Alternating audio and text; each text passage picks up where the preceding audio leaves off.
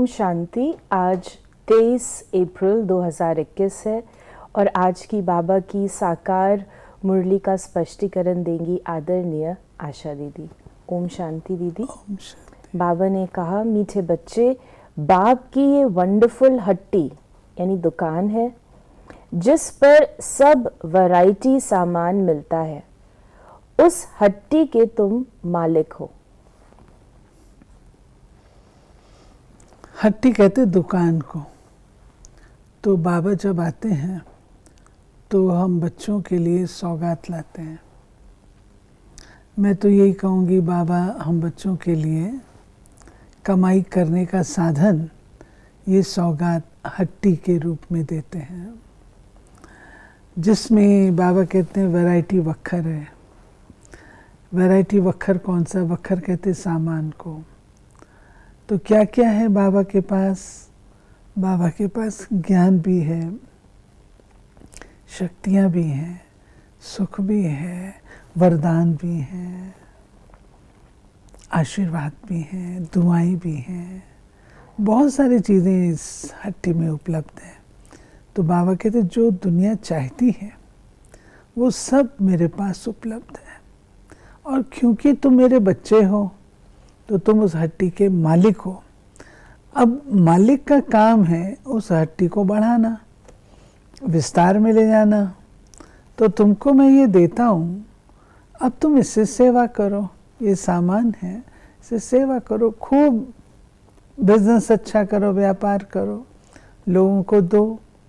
आप जितना लोगों को देंगे आपके पास दुआएं आएंगी।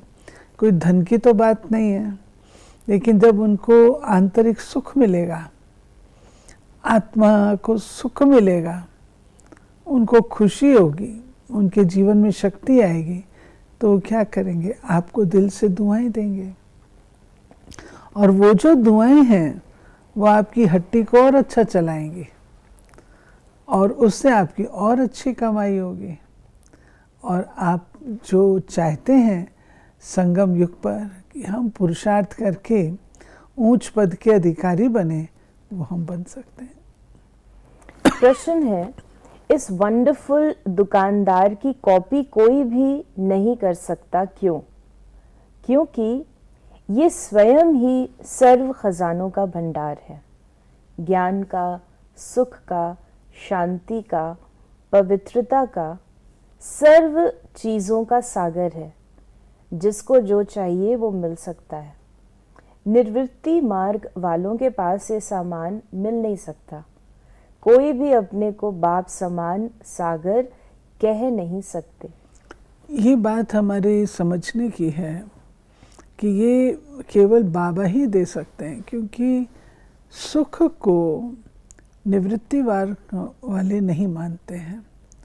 निवृत्ति मार्ग वाले आत्मा का परमात्मा में लीन हो जाना, उसमें समा जाना, उसको मानते हैं।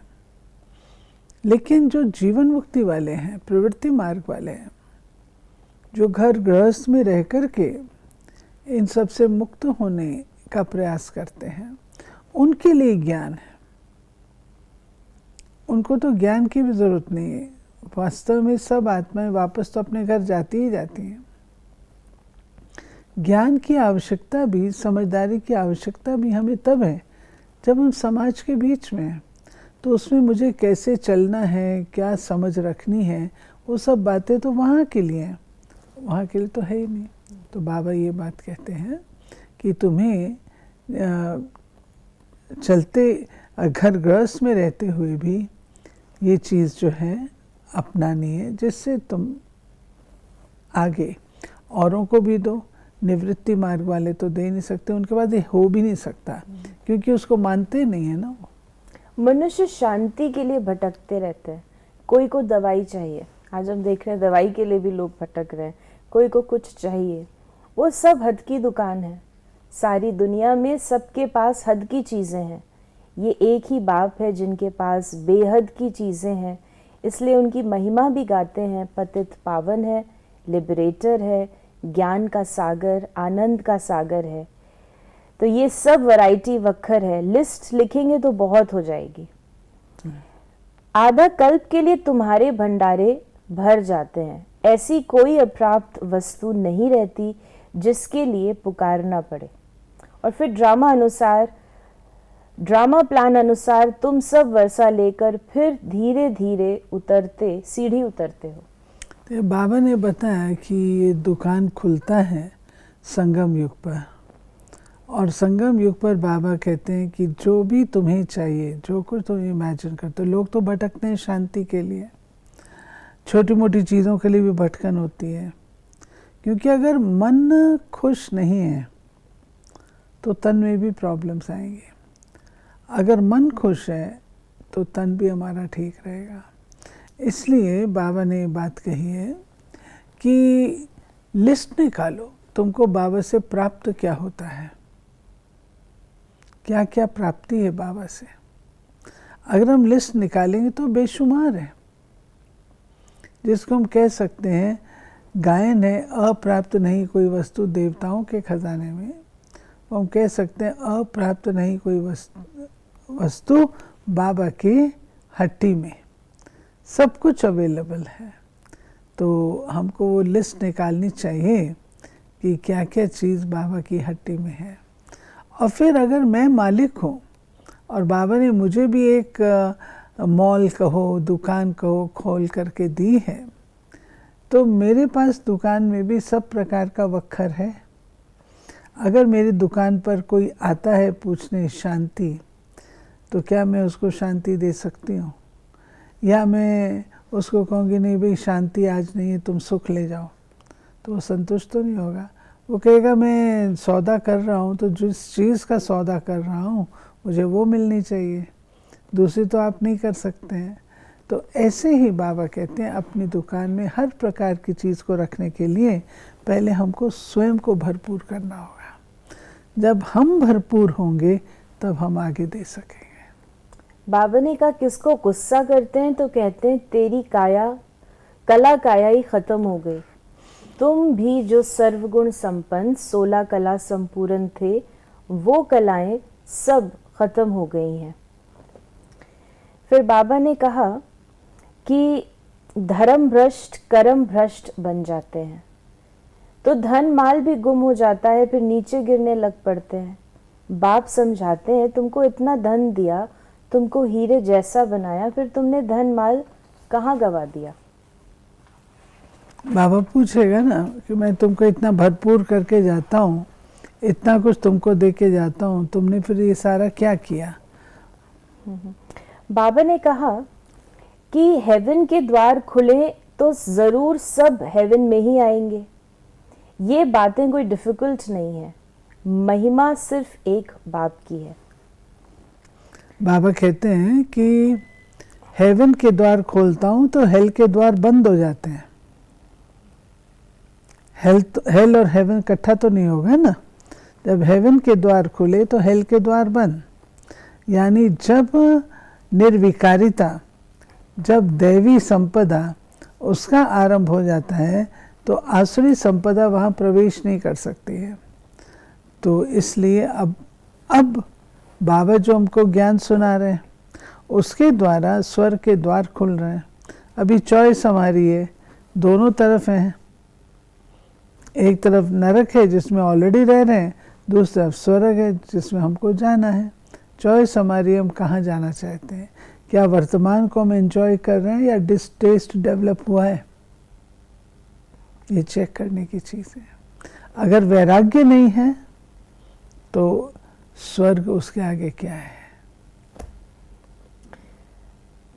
प्रतिज्ञा भल करो कि बाबा हम विकार में कभी नहीं जाएंगे, किसी पर क्रोध नहीं करेंगे, परंतु याद में ज़रूर रहना है, नहीं तो इतने पाप कैसे विनाश होंगे।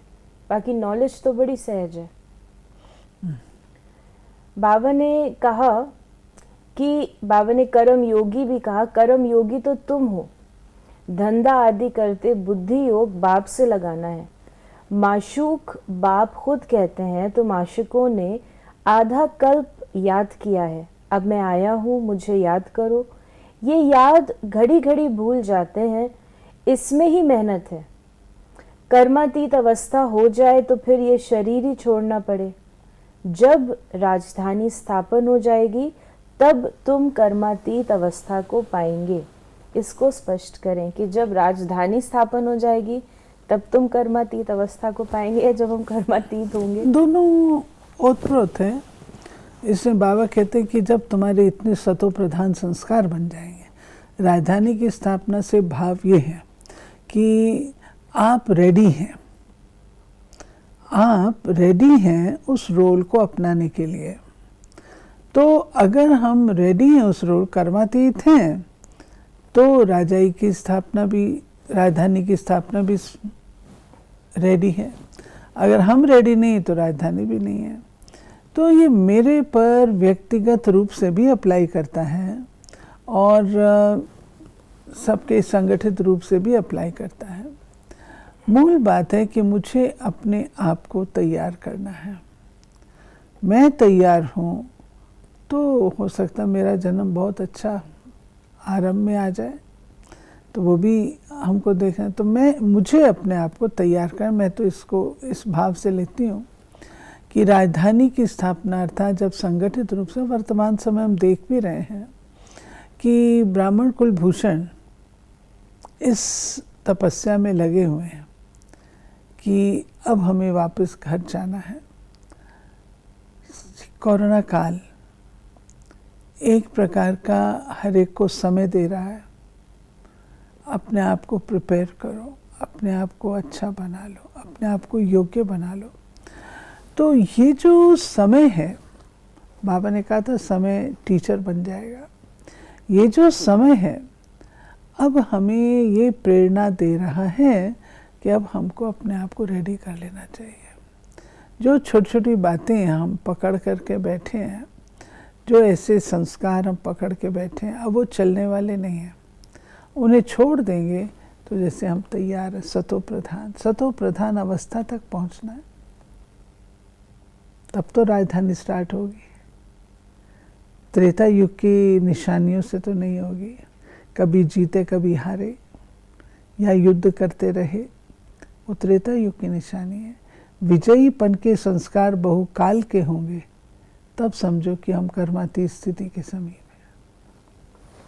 आज का वरदान है, अपने प्रति व सर्व आत्माओं के प्रति लॉफुल बनने वाले law maker so new world maker भव। जो स्वयं प्रति लॉफुल बनते हैं वही दूसरों के प्रति भी लॉफुल बन सकते हैं। जो स्वयं लॉ को ब्रेक करते हैं वो दूसरों के ऊपर लॉ नहीं चला सकते। इसलिए अपने आप को देखो कि सवेरे से रात तक मनसा संकल्प में, वाणी में, कर्म में, संपर्क व एक दो को सहयोग देने में व सेवा में कहाँ भी लॉ ब्रेक तो नहीं होता है। जो लॉ मेकर हैं वो लॉ ब्रेकर नहीं बन सकते। जो इस समय लॉ मेकर बनते हैं वही peace maker, new world maker बन जाते हैं।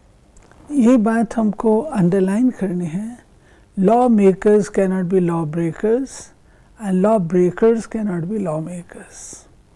जो लॉ बनाते हैं उनको लॉ का पालन भी करना होता है, तोड़ नहीं सकते हैं, अन्यथा राजधानी नहीं चलेगी।